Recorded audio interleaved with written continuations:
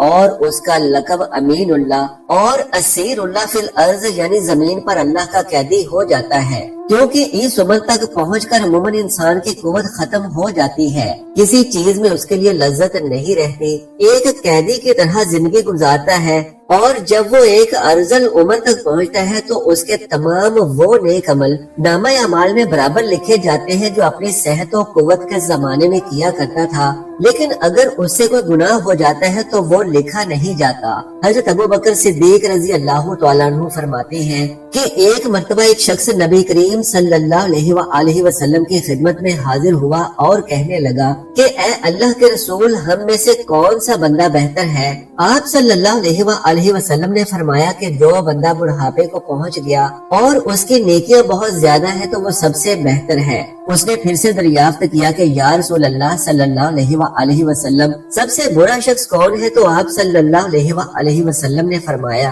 کہ جو شخص بڑھاپے میں پہنچا اور اس کے گناہ بہت زیادہ ہیں۔ حضرت ابن مسعود رضی اللہ تعالیٰ عنہ بیان کرتے ہیں، حضور صلی اللہ علیہ وآلہ وسلم نے فرمایا، ابن آدم قیامت کے دن اس وقت تک اپنے رب کے سامنے سے قدم ہٹا نہیں سکے گا جب تک کہ اس سے 5 چیزوں کے بارے میں سوال نہ کر لیا جائے۔ ان میں سے چند یہ ہے کہ اس نے اپنی عمر کس چیز میں فنا کی، اس نے اپنی جوانی کو کن کاموں میں بوسیدہ کیا، اور اس نے اپنے علم کے مطابق کیا عمل کیا۔ حضرت انس رضی اللہ تعالیٰ عنہ بیان کرتے ہیں کہ حضور صلی اللہ علیہ وآلہ وسلم نے فرمایا، اللہ تعالیٰ جس شخص کی عمر اسلام میں 40 سال تک پہنچا دے تو اللہ تعالیٰ اس سے کئی قسم کی بلاؤں کو دور فرما دیتا ہے، جزا، مرض اور شیطان کے غضبناک کرنے کو، اور اللہ تعالیٰ جس شخص کی عمر اسلام میں 50 سال کو پہنچا دے تو اللہ تعالیٰ اس پر حساب کو آسان فرما دیتا ہے۔ بحوالہ مجمع الزوائد۔ ایک مسلمان کے لیے عمر کا ہر ایک حصہ اللہ کی نعمت اور بیش بہا عطا ہے، لیکن ارذل عمر سے پناہ مانگنی چاہیے۔ اللہ تعالیٰ نے قرآن پاک میں ارشاد فرمایا، اور اللہ نے تم کو پیدا کیا اور پھر وہی تم کو وفات دے گا، اور تم میں سے بعض کو ارذل یعنی ناکارہ عمر کی طرف لوٹا دیا جاتا ہے تاکہ انجام کار وہ حصول علم کے بعد کچھ نہ جان سکے۔ حضرت سعد رضی اللہ تعالیٰ عنہ بیان کرتے ہیں، حضور صلی اللہ علیہ وآلہ وسلم نمازوں کے بعد ان چیزوں سے پناہ طلب کیا کرتے تھے، اے اللہ، میں بزدلی سے تیری پناہ میں آتا ہوں، اور میں اس سے تیری پناہ میں آتا ہوں کہ مجھے ارذل عمر کی طرف لوٹا دیا جائے، اور میں عذاب قبر سے تیری پناہ میں آتا ہوں۔ اس حدیث سے صاف واضح ہے کہ آپ صلی اللہ علیہ وآلہ وسلم نے ارذل یعنی ناکارہ عمر سے اللہ کی پناہ مانگی، اور جان لیتے ہیں کہ یہ ارذل عمر ہے کیا۔ علامہ عینی لکھتے ہیں کہ ارذل عمر سے مراد یہ ہے کہ انسان اس قدر بوڑھا ہو جائے کہ کمزور ہو کر اپنے بچپن کی ابتدائی حالت میں واپس لوٹ جائے، اس کی سماعت اور بصارت کمزور ہو جائے،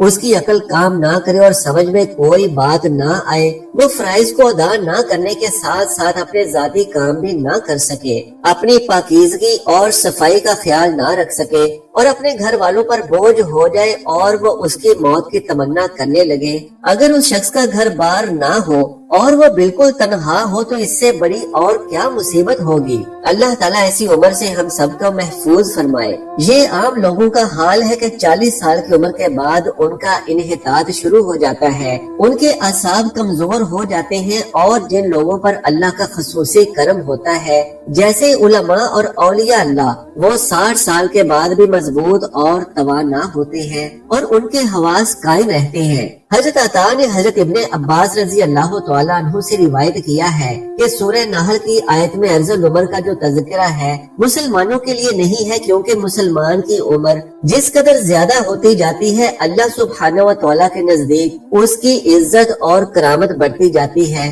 اور اس کی عقل و معرفت بھی زیادہ ہوتی جاتی ہے۔ اور حضرت اکرمہ نے کہا کہ جو قرآن پاک کی تلاوت کرتا رہتا ہے وہ ارذل عمر کی طرف نہیں لوٹایا جاتا۔ ناظرین کرام، ایک مرتبہ ایک شخص حضرت علی رضی اللہ تعالی عنہ کی خدمت میں حاضر ہوا اور ان سے سوال کیا۔ اس نے کہا کہ میرے بال سفید ہوتے جاتے ہیں، اس کا کیا مقصد ہے؟ حضرت علی رضی اللہ تعالیٰ عنہ نے فرمایا کہ جب حضرت آدم علیہ السلام زمین پر آئے اور وہ بوڑھے ہونے لگے تو ان کے بال بھی سفید ہونے لگے، اور جب پہلی مرتبہ حضرت آدم علیہ السلام نے اپنے بالوں کو سفید ہوتے دیکھا تو اللہ سبحانہ و تعالیٰ سے عرض کی کہ اے اللہ، میرے بال کیوں سفید ہو رہے ہیں؟ تو اللہ تعالیٰ نے فرمایا کہ بالوں کا سفید ہونا بڑھاپے، بزرگی اور تجربات میں فراوانی کی طرف اشارہ ہے، اور انسان کا بوڑھا ہونا انسان کو نفسانی خواہشات سے دور کرتا ہے اور اس بات کو واضح کرتا ہے کہ اس شخص کے پاس زندگی میں تجربات ہیں جن سے مشورہ لے کر آپ اپنے فیصلوں کو بہتر بنا سکتے ہیں۔ اس لیے اللہ تعالیٰ بوڑھوں کے مشورے زیادہ پسند فرماتا ہے، یعنی کہ بوڑھوں کے پاس جو تجربات ہوتے ہیں وہ اچھا مشورہ دیتے ہیں۔ ناظرین کرام، بہت سی کتب احادیث میں پیارے نبی صلی اللہ علیہ وآلہ وسلم کا فرمان علی شان موجود ہے کہ 4 شخص ایسے ہیں کہ جن سے اللہ تبارک و تعالیٰ قیامت کے دن نہ بات فرمائیں گے اور نہ ہی انہیں پاک کریں گے اور نہ ہی ان کی طرف رحمت سے دیکھیں گے، اور ایسے لوگوں کے لیے دردناک عذاب ہوگا۔ نمبر 1، قسمیں اٹھا کر مال فروخت کرنے والا۔ دوستو، جو شخص اپنا مال فروخت کرتے وقت کثرت سے قسمیں اٹھاتا ہے، خواہ وہ سچی ہو یا جھوٹی، اللہ تبارک و تعالیٰ اس سے نفرت کرتا ہے۔ حضرت ابو ہریرہ رضی اللہ تعالیٰ عنہ سے روایت ہے، وہ فرماتے ہیں کہ میں نے رسول اللہ صلی اللہ علیہ وآلہ وسلم کو فرماتے ہوئے سنا، قسم کھانا سامان تجارت کی فروخت کا ذریعہ تو ہے مگر اس سے برکت ختم ہو جاتی ہے۔ یہ صحیح حدیث متفق علیہ ہے اور یہ الفاظ ابو داؤد کے ہیں۔ نبی صلی اللہ علیہ وآلہ وسلم قسم کھانے کو معمولی سمجھنے اور سامان تجارت کو بیچنے اور کمائی کی خاطر کثرت سے قسم کھانے سے ڈرا رہے ہیں، اس لیے کہ بائیں جب کسی سامان پر جھوٹی قسم کھاتا ہے تو اسے خریدنے والا بائیں کی قسم کھانے کے سبب اسے اپنی قسم میں سچا سمجھتے ہوئے اس سامان کو زائد قیمت میں خرید لیتا ہے، چنانچہ اس کی پاداش میں برکت ختم ہو جاتی ہے، بلکہ ہو سکتا ہے کہ منافع کے ساتھ ساتھ حقیقی قیمت بھی ضائع ہو جائے۔ یقیناً جو کچھ اللہ تعالیٰ کے پاس ہے اسے اس کی نافرمانی کے ذریعے حاصل نہیں کر سکتے۔ بکثرت قسم کھانا اللہ تبارک و تعالیٰ کی تعظیم میں کمی کرتی ہے، جو کہ توحید کے منافی ہے۔ حدیث کی شرح سے یہ بات ثابت ہے کہ انسان کی تقدیر میں جو کچھ لکھا ہوا ہے اسے اس پر راضی برضا رہنا چاہیے اور غیر اسلامی ہیلے بہانے کر کے اور جھوٹی قسمیں کھا کر اپنے مال کو فروخت نہیں کرنا چاہیے۔ جھوٹی قسم کھانا تو ویسے بھی گناہ کبیرہ ہے، لیکن علماء کرام کے نزدیک اس بات کی گنجائش بہرحال موجود ہے کہ کبھی مشکل وقت میں سچی قسم کھانے کی ممانعت نہیں ہے، لیکن بہرحال قسم سچی ہو یا جھوٹی اسے اپنی عادت بنا لینا بھی خلاف شرعی عمل ہے۔ نمبر 2، متکبر فقیر، یعنی ایسا شخص جس کے پاس ہے تو کچھ بھی نہیں لیکن وہ لوگوں کو بڑھا چڑھا کر بتاتا ہے کہ میرے پاس یہ بھی ہے اور فلاں چیز بھی ہے، یعنی ایک تو فقیر اور کنگال اور دوسروں کا دستے نگر اور محتاج، اور اوپر سے تکبر کر کے اپنی جھوٹی برتری ظاہر کرتا ہے۔ اللہ تبارک و تعالیٰ کو یہ بات ہرگز پسند نہیں ہے۔ اللہ تبارک و تعالیٰ تو کسی مالدار اور غنی شخص کا تکبر کرنا بھی پسند نہیں کرتا، تو پھر فقیر اور محتاج کرے جو ہے بے کبر اور برتری کے اسباب سے محروم۔ گویا کہ یہ شخص اپنے عمل سے ثابت کر رہا ہے کہ یہ احکام الہی اور خشیت الہی سے بے نیاز ہے، لہذا اللہ کے نزدیک ایسے شخص کا تکبر کرنا مالدار آدمی سے زیادہ کبھی ہے۔ نمبر 3، بوڑھا زانی۔ دوستو، یہ تیسرا شخص ہے جس سے اللہ تبارک و تعالیٰ کو نفرت ہے۔ بڑھاپے میں زنا کرنے کا مطلب یہ ہے کہ اس کا مزاج بہت بگڑا ہوا ہے اور اس کا دل اللہ کے خوف سے بالکل خالی ہے۔ اہل علم نے لکھا ہے کہ زنا کے محرکات عموماً شباب، حرارت غریزہ، قلت معرفت، غلبہ شہوت، ذوف عقل اور کم عمری ہیں، اور یہ تمام اسباب و محرکات بڑھاپے میں ختم ہو جاتے ہیں۔ جوانی کی ایک طویل عمر گزرنے کے بعد متعدد تجربات کے حصول سے انسان کی عقل کامل ہو جاتی ہے، لہذا اس میں جماع کے اسباب اور عورتوں کی شہوت کم پڑ جاتی ہے۔ اب اس کی بچی کچی شہوت کو پورا کرنے کے لیے اس کے پاس حلال ذریعہ یعنی اس کی بیوی موجود ہوتی ہے، لہذا اب اگر وہ زنا کرتا ہے تو اس کا مطلب صرف یہی ہے کہ وہ ہٹ دھرم ہے اور اس کے اندر خشیت الہی نام کی کوئی چیز نہیں۔ مسلم شریف کی ایک اور حدیث میں ہے، حضرت ابو ہریرہ رضی اللہ تعالیٰ عنہ کہتے ہیں کہ رسول اللہ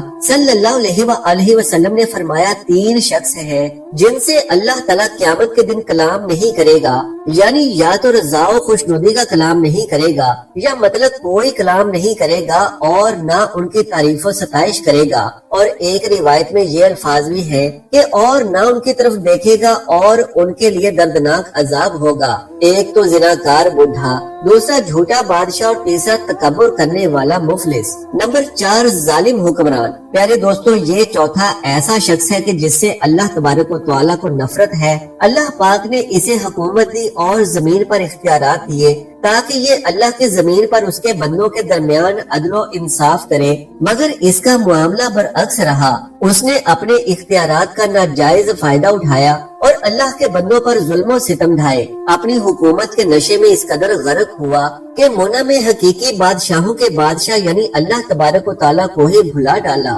لہذا یہ اللہ کے ہاں قابل نفرت اور مغبوض ٹھہرا۔ حالانکہ اگر یہ اللہ کے ڈر سے عدل و انصاف کا دامن پکڑ لیتا تو اللہ کا نیک بندہ اور ولی بنتا اور اللہ تبارک و تعالیٰ اسے روز قیامت اپنے عرش کا سایہ نصیب کرتا۔ رسول اللہ صلی اللہ علیہ وآلہ وسلم نے ارشاد فرمایا، انسان کی تقدیر میں اس کا حصہ زنا لکھ دیا گیا ہے جس کو وہ ہر حال میں انجام دے گا۔ تو آنکھوں کا زنا دیکھنا ہے، کانوں کا زنا سننا ہے، زبان کا زنا بات کرنا، ہاتھ کا زنا پکڑنا اور چھونا، اور پاؤں کا زنا بدکاری کی جانب جانا ہے، جبکہ دل کا زنا خواہش اور تمنا ہے، اور شرمگاہ ان باتوں کو سچ کرتی ہے یا پھر جھوٹ۔ بحوالہ مسلم۔ پیارے دوستو، مذکورہ والا حدیث کی روشنی میں محدثین کرام نے زنا کی 2 اقسام بیان کی ہیں۔ زنا کی پہلی قسم جو بیان کی گئی ہے وہ ہے فعلی زنا، یعنی اجنبی مرد کا اجنبی عورت سے جنسی عمل کرنا فعلی زنا کہلاتا ہے، اور اس کی چند ایک مزید صورتیں ہیں،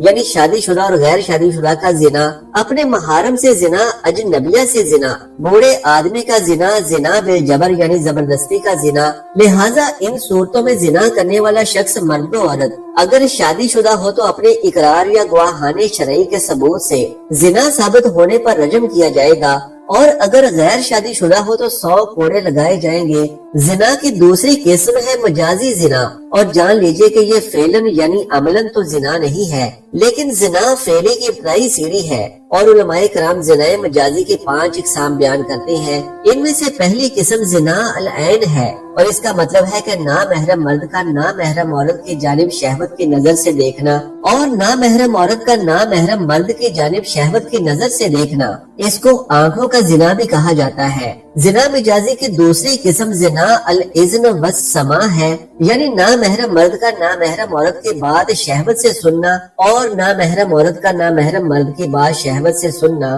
زنا الاذن والسماع کہلاتا ہے، اور اسے کانوں کا زنا بھی کہا جاتا ہے۔ مجازی زنا کی تیسری قسم زنا اللسان ہے، یعنی نامحرم مرد کا نامحرم عورت کے ساتھ شہوت والی اور غلط بات کرنا، اور اسی طرح نامحرم عورت کا نامحرم مرد کے ساتھ شہوت والی اور غلط بات کرنا، اور اس مجازی زنا کی قسم کو زبان کا زنا بھی کہا جاتا ہے۔ مجازی زنا کی چوتھی قسم زنا الارکان ہے، یعنی نامحرم مرد کا نامحرم عورت کو شہوت سے چھونا اور نامحرم عورت کا نامحرم مرد کو شہوت سے چھونا، اور یہ ہاتھ پاؤں کا زنا بھی کہلاتا ہے۔ جبکہ مجازی زنا کی 5ویں قسم زنا الکفر بالقلب ہے، یعنی نامحرم مرد کا دل و دماغ میں نامحرم عورت کے بارے میں غلط خیال لانا، اور اسی طرح نامحرم عورت کا دل و دماغ میں نامحرم مرد کے بارے میں غلط خیال لانا، اور اسے دل و دماغ کا زنا بھی کہا جاتا ہے۔ پیارے دوستو، جان لیجئے کہ آج کے سوشل میڈیا کے دور میں مجازی زنا بہت عام ہو چکا ہے،